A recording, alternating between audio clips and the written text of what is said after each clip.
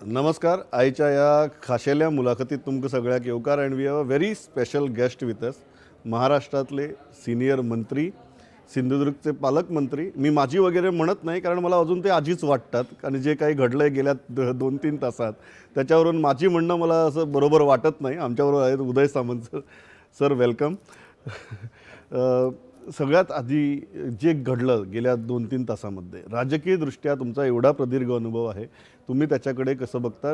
एकनाथ शिंदेंचं नाव मुख्यमंत्री म्हणून जेव्हा सगळ्यांची अटकळ होती की मुख्यमंत्री भाजपचा होणार, ही स्ट्रॅटेजी काय आहे, ही गेम काय आहे? मला असं वाटतं की गेले 11 दिवस ज्या एका राजकीय परिस्थितीतनं महाराष्ट्र जातोय आणि देश नाही जग ह्या राष्ट्रीय घडामोडीकडे बघतंय. बाकी सगळे ह्याचं विश्लेषण स्वतः महाराष्ट्र राज्याचे मुख्यमंत्री एकनाथजी शिंदे करतील, महाराष्ट्राला संबोधित करतील, पूर्ण देशाच्या मीडियासमोर देखील येतील. परंतु एक कुठेतरी आमच्या सगळ्यांची इच्छा होती की जी महाविकास आघाडी महाराष्ट्रामध्ये झालेली आहे ती शिवसेनेचं खच्चीकरण करते, हे राष्ट्रवादी आणि काँग्रेस पक्ष. तर त्याच्या विळख्यातनं सुटण्यासाठी हा आम्ही सगळ्यांनी प्रयत्न केलेला होता आणि त्याच्यामध्ये आम्ही प्रामाणिकपणानं यशस्वी झालो.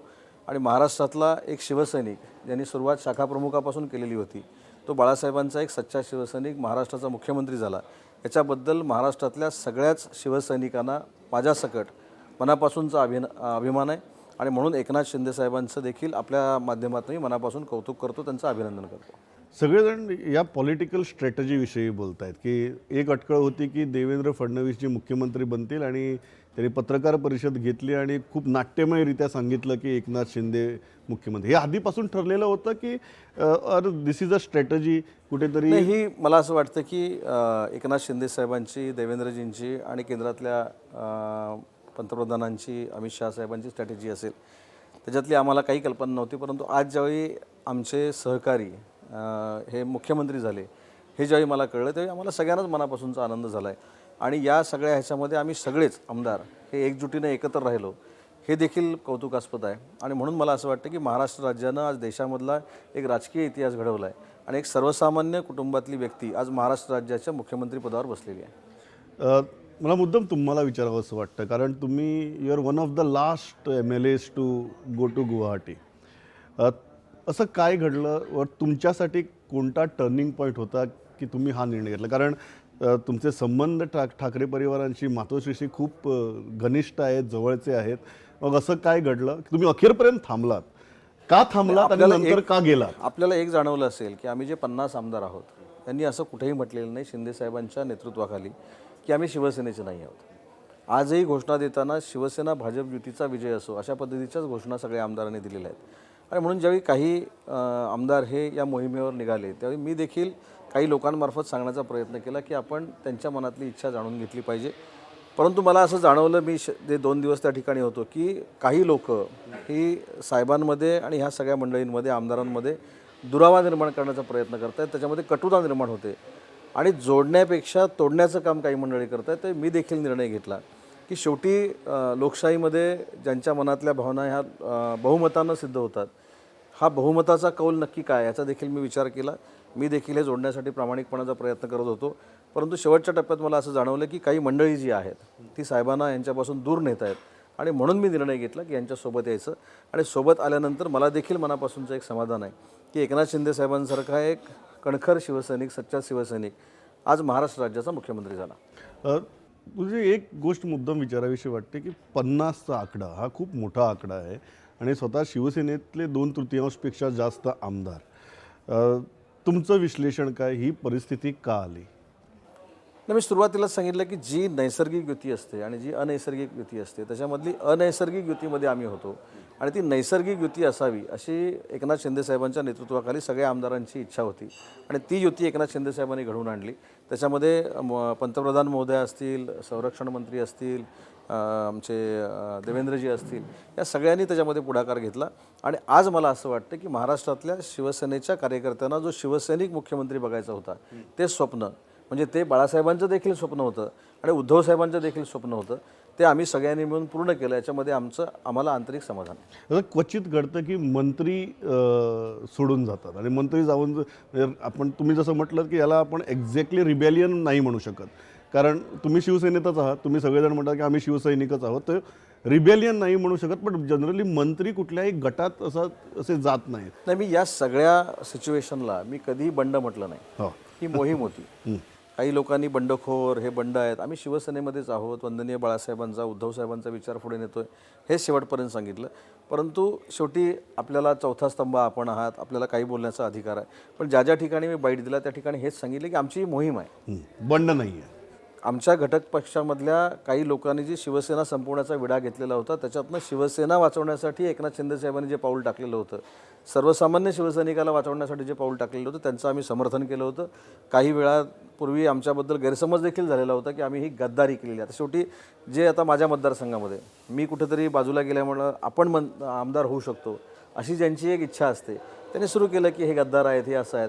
परंतु आज प्रत्येक शिवसैनिकाला कळलं असेल की आम्ही ही मोहीम का आखलेली होती शिंदेसाहेबांच्या नेतृत्वाखाली, आणि त्याचं फळ एका शिवसैनिकाला मिळालेलं आहे. एक महत्त्वाची गोष्ट जे काल उद्धवजींनी बोलताना म्हटलं की तुम्ही बाळासाहेबांच्या मुलाला मुख्यमंत्री पदावरून पायउतार केला, याला तुम्ही कसं रिस्पॉन्स देता? काल उद्धव साहेबांनी ज्यावेळी राजीनामा दिला त्यावेळी आम्हाला कोणाला आनंद झाला असं वाटत असेल तर फार चुकीचं आहे. असा गैरसमज देखील कोणी पसरवता कामा नये. कारण ज्या पद्धतीनं त्यांना राजीनामा द्यावा लागला ही दुर्दैवाची बाब आहे. आणि दुर्दैवाची बाब असताना त्याच्या अगोदर देखील एकनाथ शिंदेसाहेब सांगत होते की आम्ही नैसर्गिक युती करूया, आणि म्हणून कदाचित हा प्रसंग ओढवला असेल. परंतु उद्धव साहेबांनी राजीनामा दिला म्हणून आम्हाला आनंद झाला, आम्ही यशस्वी झालो, याचं सेलिब्रेशन आम्ही केलं नाही. त्याच्यामुळे एक पहिली गोष्ट अशी आहे की आम्हाला आपल्या माध्यमातून सांगायची की काही ज्या गोष्टी गैरसमज पसरवले जात आहेत, उद्धव साहेबांचा राजीनामा हा दुर्दैवीच होता, ती दुःखदायकच बाब आहे. जशी शिवसैनिकांना वाटली, महाराष्ट्रातल्या जनतेला दुःख वाटलं, तसं आम्हाला देखील वाटलं. परंतु ज्या पद्धतीनं मागच्या विधान परिषदेच्या निवडणुकीमध्ये, राज्यसभेच्या निवडणुकीमध्ये सर्वसामान्य शिवसैनिकाला पाडण्याचं काम घटक पक्षाने केलं, त्यांना दणका द्यायचा होता, त्यांच्या विळख्यातनं ह्या सगळ्या सिस्टीमला बाहेर काढायचं होतं, म्हणून एकनाथ शिंदे साहेबांनी हा प्रयत्न केला आणि त्याच्यामुळे ते यशस्वी झाले. दोनच फक्त मी उदाहरण देतो आपल्याला जाता जाता. 2 वर्षापूर्वी महाराष्ट्रामध्ये विधान परिषदेची निवडणूक झाली 5 जागांसाठी.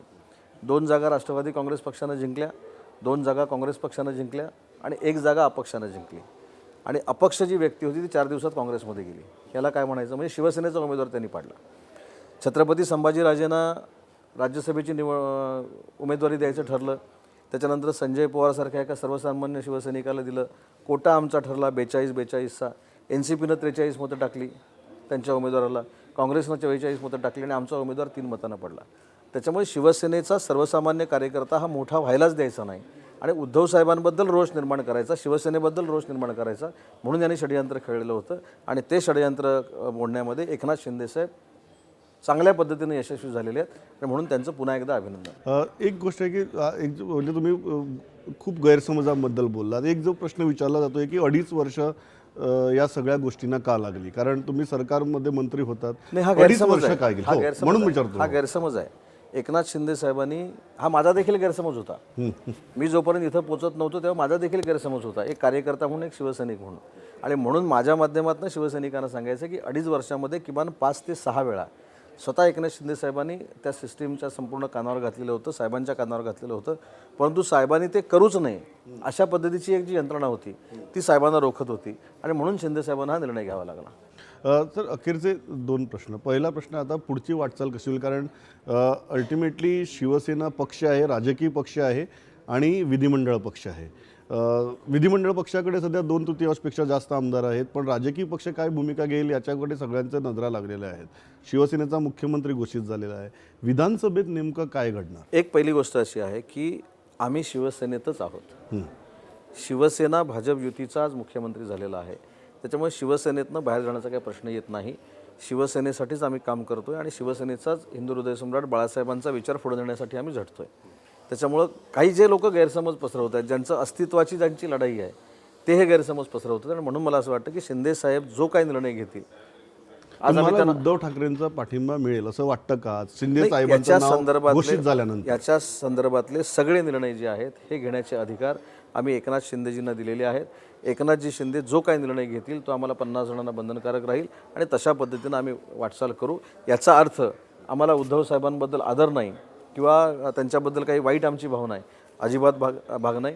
परंतु हे मिशन राबवत असताना या मोहिमेचं नेतृत्व एकनाथ शिंदे साहेबांनी केलं, यशस्वीपणानं केलं. आज ते महाराष्ट्र राज्याचे मुख्यमंत्री आहेत आणि म्हणून त्यांनी निर्णय घ्यावा, त्या पद्धतीनं आम्ही 50 आमदार हे कार्यान्वित राहणार आहोत. अखेरचा प्रश्न, संजय राऊतांकडून खूप कडवी विधानं झाली गेल्या 8-10 दिवसामध्ये. हे तुम्हाला अपेक्षित होतं का, आणि ही सगळी विधानं ऐकल्यानंतर तुमची प्रतिक्रिया काय? नाही, कोणालाच अपेक्षित नव्हतं, परंतु संजय राऊत साहेब हे शिवसेनेचे नेते आहेत. मी त्यांच्याबद्दल काही बोलणं हे योग्य ठरणार नाही.